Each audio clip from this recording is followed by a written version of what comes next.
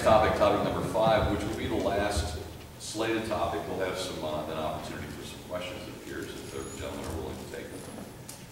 Voting rights and access to the ballot. Legislation has been introduced in Ohio to regulate voters' access to the ballot. How will these restrictions impact balance created by the voters? 4 minutes, 4 minutes, and a minute rebuttal. Alex, I believe you were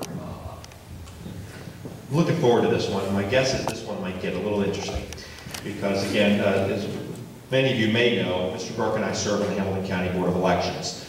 Pursuant to state law, there are 2 Republicans and 2 Democrats on each Board of Elections. When we tie vote, the Secretary of State breaks that tie vote. We've had a few tie votes in our time together, although not as many as you might think. Most of our votes are unanimous on matters of day-to-day operations, and even sometimes not. We've made some unanimous decisions along the way, but we split, occasionally when we split 2 to 2, the Secretary of State breaks that tie. Earlier, well, 2010, we had Secretary Bruner, who was a Democrat, and now we have Secretary Husted, a Republican. So again, some of those votes have shifted around. But let me also tell you that we've seen a real attack by the Democrats on Republican efforts to reform the elections process. I am strongly of the opinion that those attacks are political attacks designed to scare people into believing that we're denying access to the polls. It is a political argument, and it's one designed to motivate their base. It's one designed to scare people into thinking that we're actually trying to keep you from voting. It just couldn't be further from the truth. The Republicans in the State House and the governor passed House Bill 194. It was a responsible piece of legislation that was designed to bring some fairness and equality across the state of Ohio on the question of voting.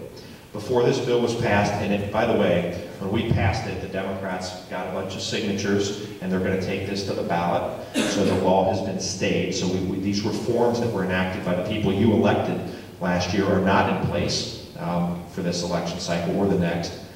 But those reforms sought to bring some balance across the state. What happened in Ohio until this law was passed, what continues to happen because it's been stayed, is that small counties and big counties do things very differently. If you're in a big county and you have enough resources to mail out, for instance, an absentee ballot application, then we mail out an absentee application. But if you live in a smaller county, Butler, Warren, Claremont, maybe another county that doesn't have the kind of resources that we have in a big county, we don't mail out. Those counties do not mail out those absentee ballot applications. So again, you were treated differently depending on where you live. Here's the other part that's important. Guess where most of the Democrats live? In the big counties, right? The big urban counties. So this brings some sense of fairness back to the process. That's one area that it does, and I'm sure we could have again, this is an area we could probably debate for an hour. But House Bill 194, which was the election reforms passed by the Republicans in the State House, are common sense reforms designed to clean up a process that clearly was broken coming into this election. Now again, the Democrats are telling people that we're restricting access to the polls, we're denying you your right to the ballot. Just couldn't be further from the truth. I'll give you an example. Here in Hamilton County, we had early voting. We frankly, at least at one point, we had reached an agreement, Mr. Burke and I, on how many hours of early voting we should have down at the Board of Elections. By the way, downtown Cincinnati, in the center of where all the Democrats are, is where we have voting. But we agreed to have 256.5 hours of early voting. That period just concluded yesterday. I know Tim is unhappy about that. He prefers that we have voting again today, in addition to the 256 that we've already had. But we believe that a reasonable set of reforms that even the playing field across the state make the most sense. And that's why we strongly supported House Bill 194, the Elections Reform Bill. Alex, how dare you suggest that politics be involved in the election process? Shocking. This is a topic that I'm passionate about for a variety of reasons. I've been on the Board of Elections now for over 18 years. I've also had the opportunity to serve as an international supervisor of elections at the first municipal elections in Bosnia after the war in Bosnia, and to do get out the vote training in Slovakia in preparation for their first local elections over there.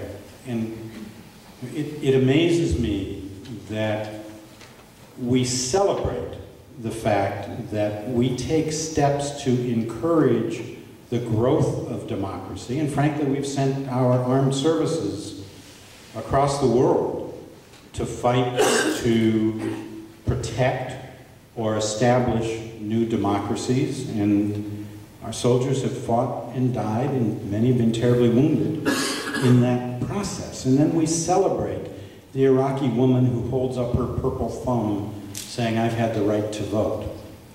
And that's terrific.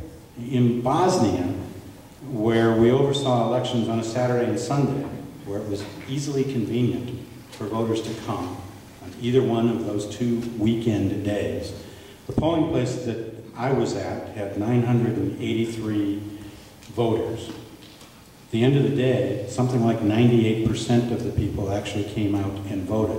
In one polling place near us, by Sunday afternoon, they sent out their inside poll workers searching for the one woman who hadn't shown up to vote.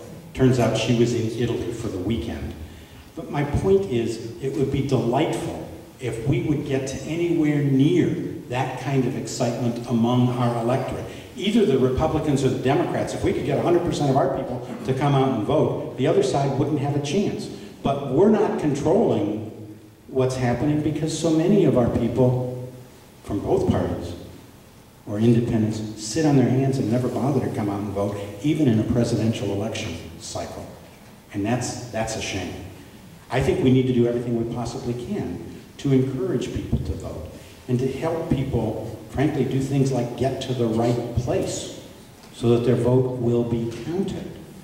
Or that we help them ensure that a ballot they've cast gets counted.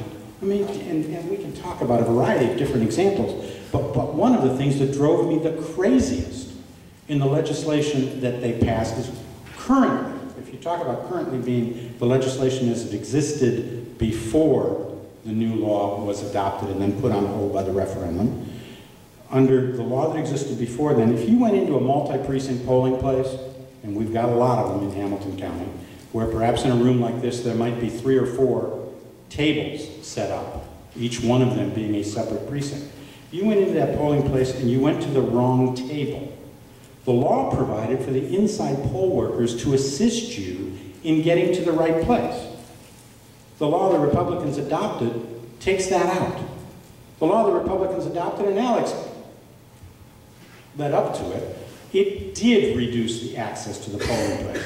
It closed our right to be open today, for example, which is typically the highest early voting day of the year. We're not open today for the first time I've ever heard of. And that's just wrong for both parties. It's not, in my view, a partisan thing to ask that we do the most we can to make sure the electoral process is readily accessible to the vast majority of people, to everyone.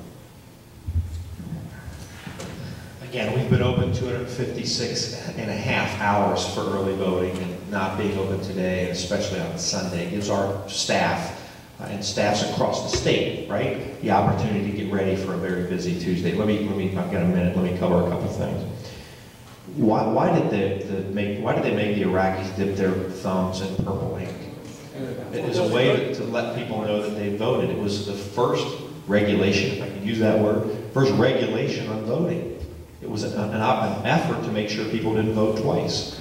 I wonder if we wanted to do a purple thumb in Ohio, if the Democrats would fight that measure. That's what's happened in House Bill 194, and with the efforts that we're making, we're trying to make this more fair across the state, to have a uniform set of requirements, instead of having it be a free-for-all, where you can go wherever you want, and we've got all this chaos that we've kind of seen. We've seen it here in Hamilton County. We've got 30 seconds. I don't have time to address a lot of what he's talked about in terms of these multiple precinct polling locations. There are solutions to those issues, and House Bill 194 helps clean that up. Well, gentlemen, thank you for your back and forth and your excellent job summarizing your position. Appreciate it. We do have time for question and answer. We have until 11:30. We must vacate.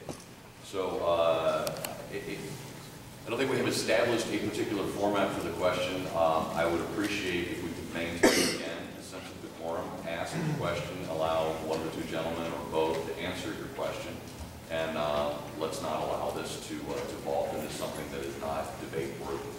So if you would hold your hands up, I'll come out and we can take some questions. Archie, you're first. I'm trying to see if this is on.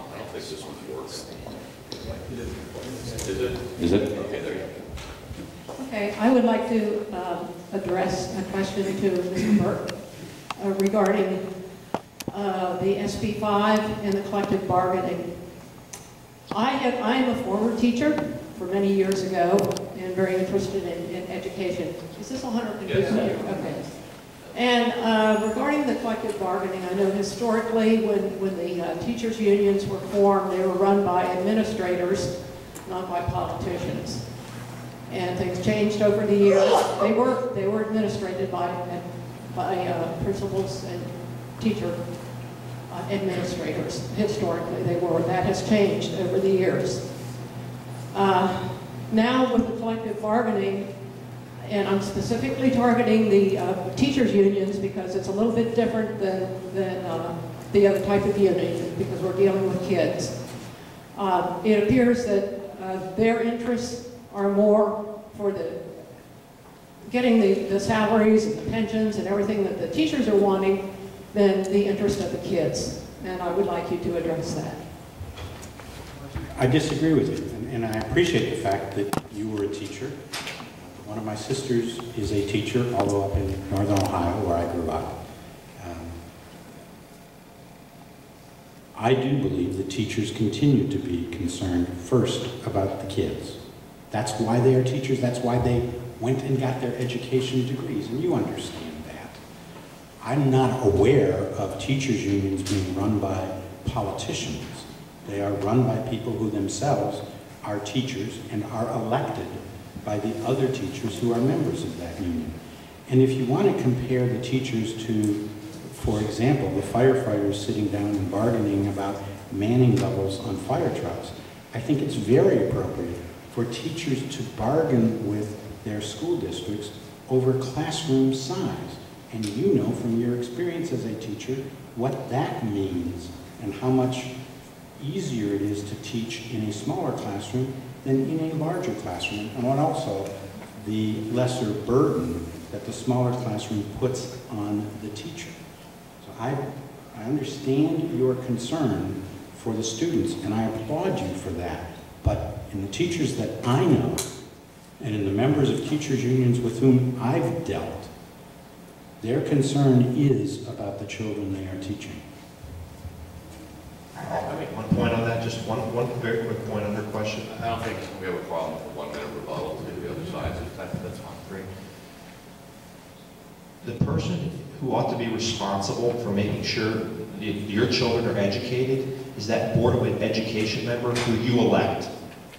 And that's what SB 5 does. It empowers those local elected people to determine safe staffing levels, classroom size, all those other issues.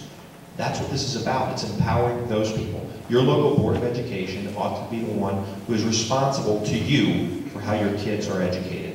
Teachers are terrific. They're important to the process. But the boss is the Board of Education. They hire a superintendent, and they staff the classrooms, and they determine curriculum, and that's what we ought to do. And we're empowering the Board of Education to do that through this bill.